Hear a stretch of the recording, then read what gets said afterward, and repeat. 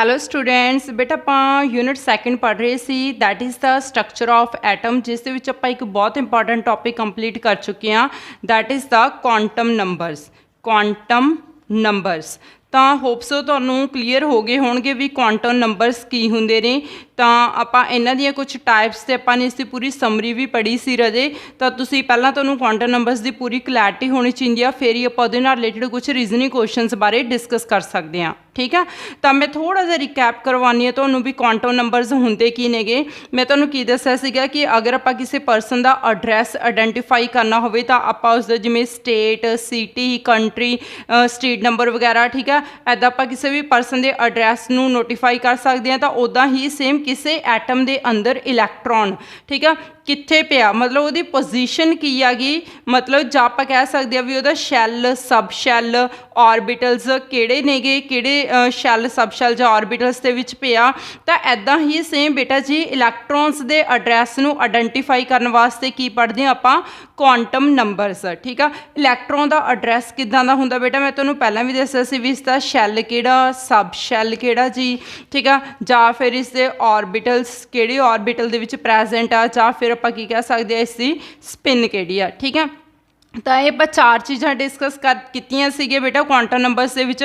ਤਾਂ ਇਹਦੇ ਬੇਸਿਸ ਉੱਤੇ ਹੀ ਵੀ ਆਪਾਂ ਨੇ ਕੁਆਂਟਮ ਨੰਬਰਸ ਦੀਆਂ ਟਾਈਪਸ ਪੜ੍ਹੀਆਂ ਸੀਗੀਆਂ। ਤਾਂ ਆਪਣੇ ਕੋਲ ਕੁਆਂਟਮ ਨੰਬਰ ਦੀਆਂ ਟੋਟਲ ਕਿੰਨੀਆਂ ਟਾਈਪਸ ਸੀਗੀਆਂ, 4 ਟਾਈਪਸ। ਠੀਕ ਹੈ, ਤਾਂ ਮੈਂ ਥੋੜ੍ਹਾ ਜਿਹਾ ਤੁਹਾਨੂੰ ਰੀਕੈਪ ਕਰਵਾ ਰਹੀ ਹਾਂ। ਤਾਂ ਕੁਆਂਟਮ ਨੰਬਰ ਦੀਆਂ ਕਿਹੜੇ 4 ਟਾਈਪਸ ਸੀਗੀਆਂ ਬੇਟਾ। First of all principal quantum number, ਪਹਿਲਾ ਕਿਹੜਾ ਬੇਟਾ, principal quantum number. and second one is the azimuthal quantum number, second is the azimuthal quantum number, third ਕੀ ਸੀਗਾ ਪੁੱਤਰ ਆਪਣੇ ਕੋਲ, magnetic quantum number, magnetic quantum number, and fourth one is the spin quantum number, fourth one is the spin quantum number। ठीक है, ये अपने कोल 4 quantum number ਸੀਗੇ। ਫਿਰ ਉਸ ਤੋਂ ਬਾਅਦ ਆਪਾਂ ਇਹਨਾਂ ਨੂੰ ਸਿੰਬਲ ਕਿਹੜੇ ਦਿੱਤੇ ਸੀਗੇ ਬੇਟਾ, ਕਿਹੜੇ ਸਿੰਬਲਸ ਨਾਲ ਨੋਟੀਫਾਈ ਕਰਦੇ ਹਾਂ।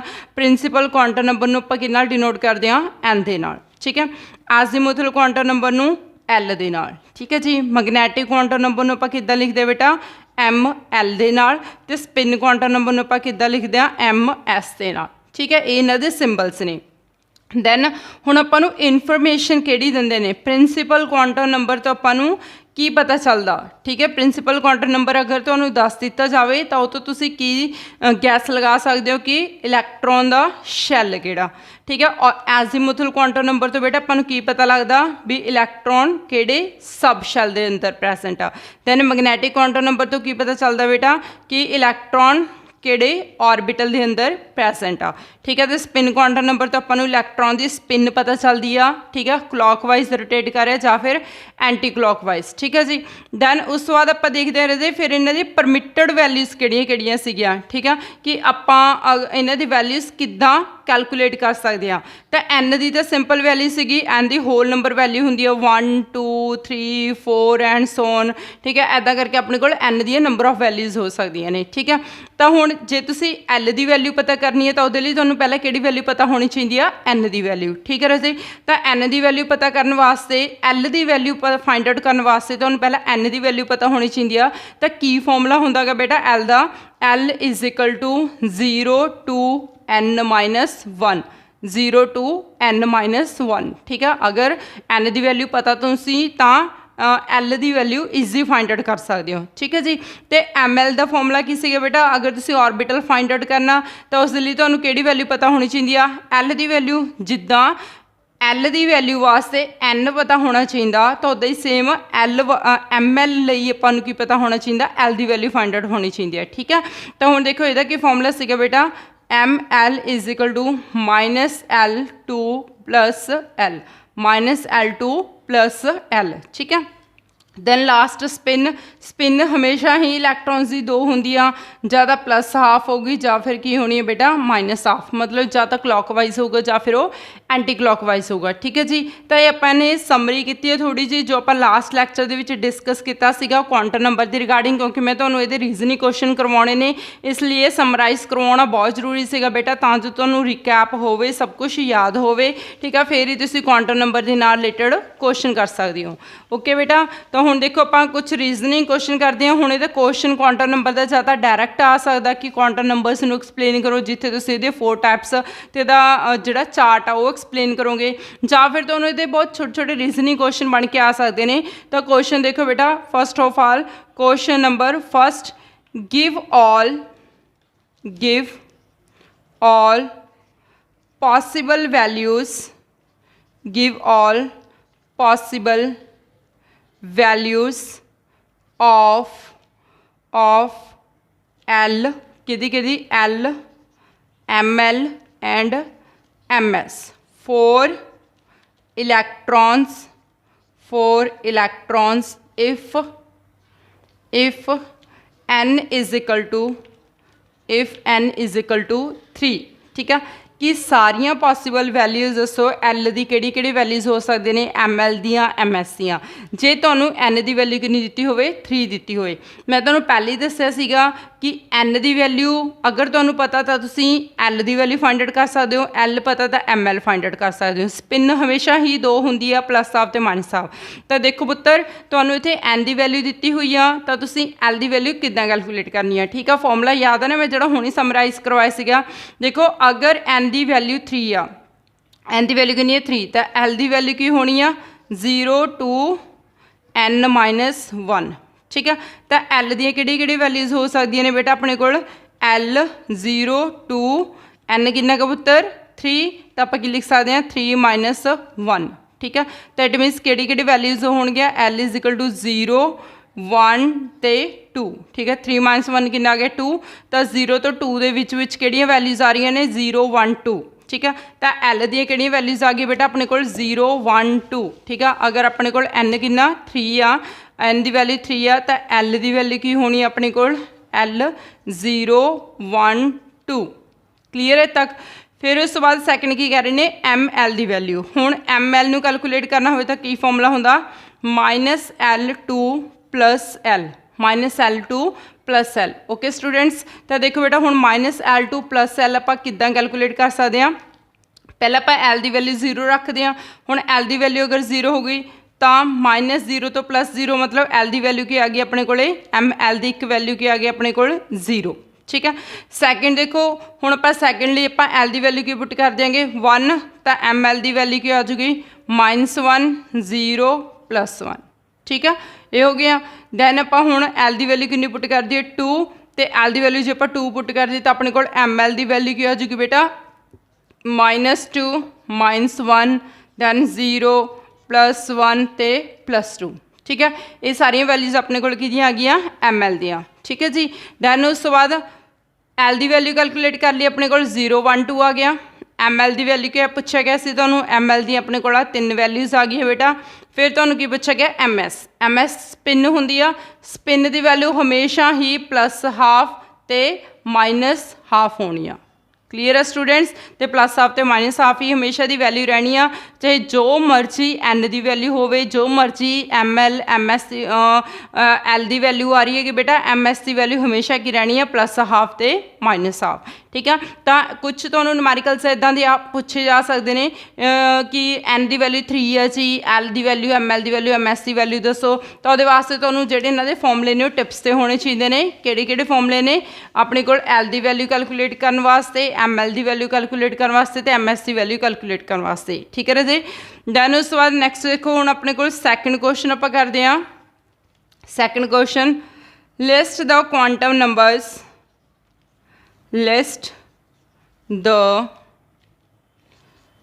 quantum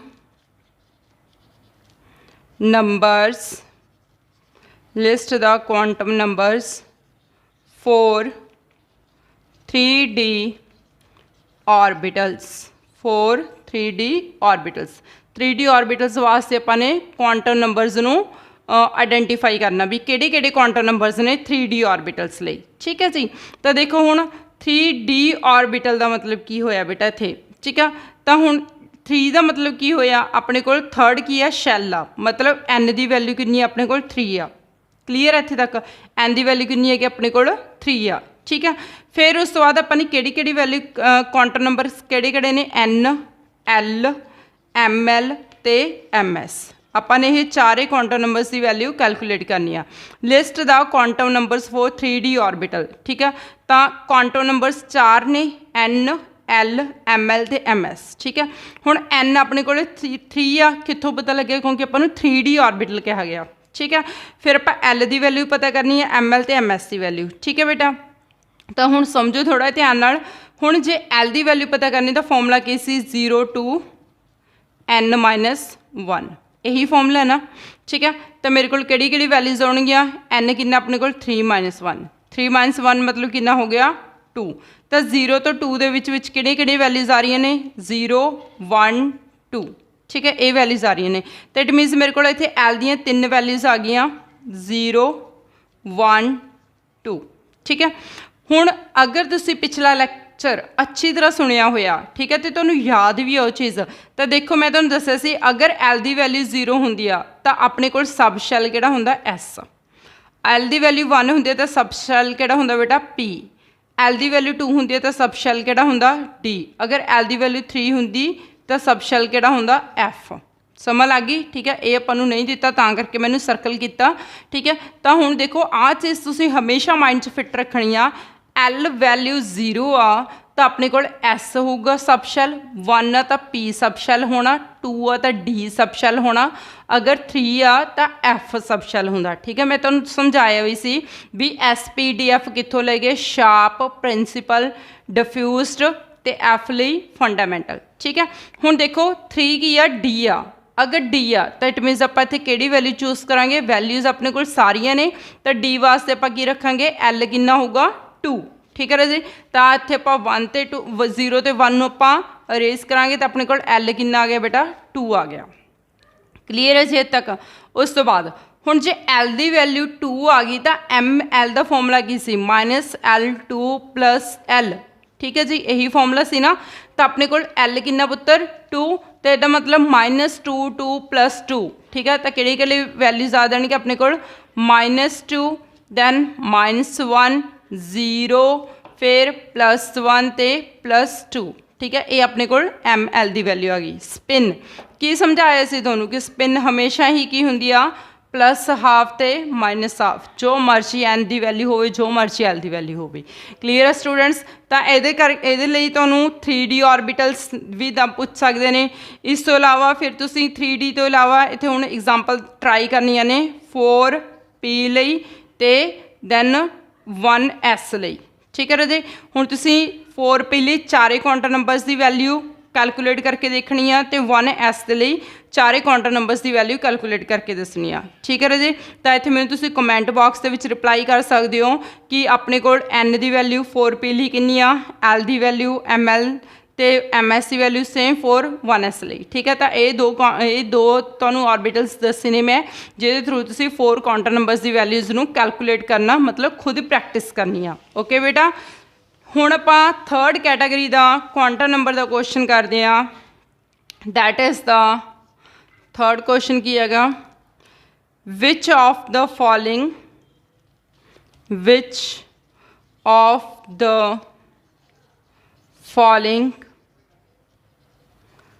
orbitals are possible, which of the following orbitals are possible. तो तुहानूं कुछ एग्जाम दे विच इदा क्वेश्चन नहीं पूछा जा सकता, कुछ तुहानूं ऑर्बिटल दे देणगे 1P, दैन 2S, 2P ते 3F, ठीक है। ये तुहानूं ऑर्बिटल देते 1P देता, ठीक है, नाल 2S, 2P, 3F इदां दे कुछ ऑर्बिटल्स दे दे तो तुहाडे तो पूछा जाऊगा कि इन्हां दे विचों किहड़े-किहड़े ऑर्बिटल्स ने जिहड़े ये पॉसिबल ने, मतलब किहड़े-किहड़े ऑर्बिटल्स इन्हां दे विचों एग्जिस्ट कर सकते हैं, ठीक है जी। Which of the following orbitals are the possible. Clear है बेटा। तो हुण देखो तुसीं इस विच बेसिकली अपने कोल किहड़े ऑर्बिटल्स पॉसिबल हो सकते हैं। First one is the 1P, 2S, 2P ते 3F। इन्हां लई आपां की करांगे, अलग अलग वैल्यूज़ कैलकुलेट करके देखते हैं, ठीक है जी। तो हुण देखो बेटा ध्यान नाल, फर्स्ट ऑफ ऑल 1S लिए आपां कैलकुलेट 1P लिए कैलकुलेट करते हैं। देखो 1P दे लई N की वैल्यू कितनी आ गई 1। क्लीयर है चीज़ तां, ठीक है। पहले मैं किहदे लई कर रही हूँ बेटा, 1P दे लई दस रही हूँ तुहानूं कितनी आ गई, N की वैल्यू अपने कोले 1 आ गई, ठीक है। तो हुण नैक्सट देखो फिर n की वैल्यू अगर तुहानूं पता, हुण आपां चैक करते हैं कि अपने कोल 1p पॉसीबल हैगा कि नहीं। n की वैल्यू l ml ते ms, ठीक है। हुण n की वैल्यू कितनी आ गई 1 आ गई, तो l की वैल्यू की समझाया सी तुहानूं 0 to n-1, यही फॉर्मूला। n कितना बेटा मेरे को 1, तो 1 - 1 कितना हो गया 0, ठीक है। अगर 1 - 1 0 हो गया तो 0 to 0 मतलब की रह गया अपने को l की वैल्यू 0, ठीक है।